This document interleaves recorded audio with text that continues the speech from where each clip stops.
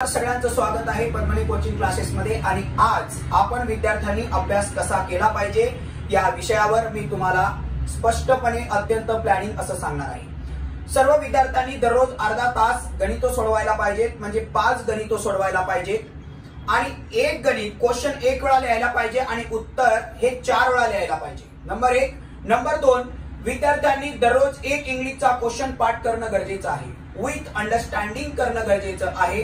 हे अत्यंत महत्त्वाची गोष्ट आहे। जर दररोजचा एक प्रश्न केला तर आपण आठवड्याचे मिनिमम 7 दिवस असतात आणि त्यामध्ये जर आपण 6 दिवस जरी पाठांतर केलं तरी आपले 6 चूक 24 प्रश्न इझी पाठ होतील। त्यामुळे तुम्हाला युनिट टेस्ट मध्ये छानपैकी आउट ऑफ नंबर मिळू शकतात। त्यानंतर नंबर 3 की सर्व विद्यार्थ्यांनी दररोज हे इंग्लिशचे 5 हार्ड वर्ड्स पाठ केले पाहिजेत, कारण इंग्लिश असा विषय आहे जोपर्यंत तुम्ही ते शब्द वाचत नाही, रीडिंग करत नाही आणि विथ अंडरस्टँडिंग करत नाही आणि तोपर्यंत तो विषय आपल्याला समजू शकत नाही।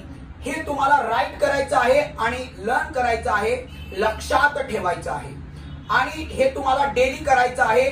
विथ तुमचे हॉलिडे म्हणजे जे संडे असतात ते सुद्धा तुम्हाला त्यामध्येच इन्क्लूड करायचे आहेत, म्हणजे कोणतेही 5 शब्द पाठ करायला सुट्टी घ्यायची नाही आहे। त्यानंतर दररोज इंग्लिशचे नंबर 4 दररोज इंग्लिशचे 5 सेंटेन्स अंडरस्टँडिंग करायचे आहेत, म्हणजे मराठी वाक्याचे इंग्लिश वाक्य तुम्हाला दररोज करणं गरजेचं आहे। किती? फक्त 5 आणि तेही स्टेप बाय स्टेप करणं गरजेचं आहे। उगाच कोणतेही सेंटेन्स घेतले आणि पाठ केलं आणि लिहून काढले याला काही अर्थ नाही। तुम्हाला इंग्लिश हे जसं आपण बाराखडीपासनं आपण जसं मराठी शिकतो अ आ इ पासनं, तसंच तुम्हाला इंग्लिशच्या काही स्टेप आहेत आणि या इंग्लिशच्या स्टेप नुसारच तुम्हाला शिकलं पाहिजे आणि इंग्लिशच्या कशा पद्धतीने आपण शिकलं पाहिजे ते तुम्हाला मी नेक्स्ट व्हिडिओ मध्ये सांगणार आहे। आणि त्यामुळे तुम्हाला जरी इंग्लिश तुमचं कच्चं असेल तर तुम्ही इथून जरी बाराखडीपासनं शिकत गेले तरी ते तुम्हाला फार फायद्याचं होईल, याची मी तुम्हाला पूर्ण गॅरंटी देतो। त्यानंतर सर्वात महत्वाचं की विद्यार्थ्यांनी ज्यावेळेस तुम्ही 5 प्रश्न पाठ करता त्यावेळेस ते न बघता लिहिणं गरजेचं आहे, म्हणजे वरती प्रश्न बघून लिहायचा आणि जे उत्तर आहे ते न बघता लिहिणं गरजेचं आहे। आणि एक्झॅक्ट तुमचं इथंच चुकी होते, शालेय पातळीवर ज्यावेळेस तुम्हाला होमवर्क दिल्या जातं त्यावेळेस तुम्ही बघूनच लिहिता आणि बघून लिहिल्यामुळे काय होतं तर त्यामुळे तुम्हाला लर्निंगला पाठांतरला वेळ मिळत नाही आणि ज्यावेळेस युनिट टेस्ट येते त्यावेळेस तुम्हाला 7-8 धडे युनिट टेस्ट मध्ये तुम्हाला 2-4 प्रत्येक याचे 3-3 लेसन तर मिनिमम असतात, त्यामुळे तुम्हाला मार्क्स मिळत नाही, ही वास्तविकता आहे। त्यानंतर सर्वात अत्यंत महत्वाचं तुम्हाला डेली बेसिक फाउंडेशन आहे याचा क्लास करणं गरजेचं आहे। सर्वात महत्वाचं बेसिक फाउंडेशन म्हणजे काय? मॅथमॅटिक्स सॉल्व्ह करत असताना तुम्हाला बरेच प्रॉब्लेम्स येतात, तुमच्या लक्षात राहत नाही। हे बेसिक फाउंडेशन ते मॅथमॅटिक्स कशा पद्धतीने तुम्ही लक्षात ठेवू शकता। जर तुमचा पाया कच्चा असेल, मी फॉर एक्झाम्पल मध्ये सांगतो, जर तुम्हाला पॉइंटचा डिवाइड येत नसेल तर शिक्षक जेव्हा गणित सोडवून देतात तेव्हा तुम्हाला एकच एक्झाम्पल तुम्हाला साईडला सोडवून देतील, पण जर तिथं त्या गणितापुरतं ते होणार, पण बाकीचं गणित जर दुसरं डिफरंट आलं तर तुम्ही ते सॉल्व्ह करू शकणार नाही।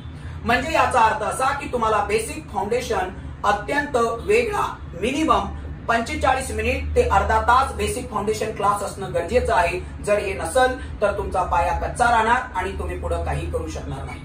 त्यानंतरचा नंबर सर्वात आणि महत्वाचा विषय आहे की तुम्ही सॅटर्डे आणि संडे रिव्हिजन मारायला पाहिजे।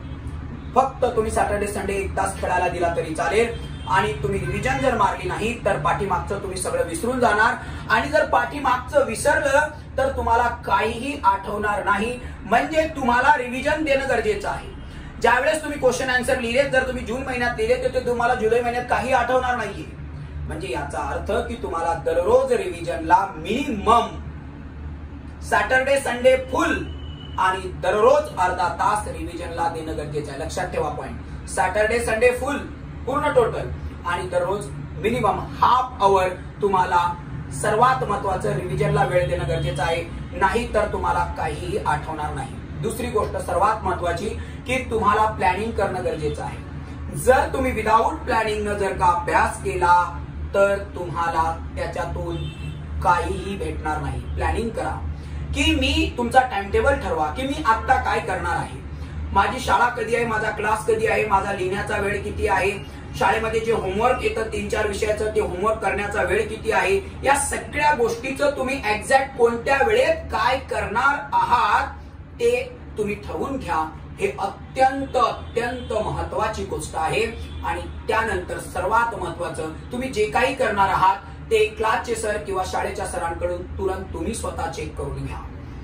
हे अत्यंत महत्वाची गोष्ट आहे. कारण जर तुम्हाला चेक करण्याची सवय लागली तर त्यामुळे तुम्हाला तुमचं फाउंडेशन चांगलं होईल, तुमची वही चेक होणार आणि त्यामुळे काय होणार की तुम्हाला वळण लागेल की मला उद्या वही माझी सरांना दाखवावी लागते. त्यामुळे तुम्हाला 100 आणि 101% आउटपुट येणार याची मी तुम्हाला पूर्ण गॅरंटी देतो.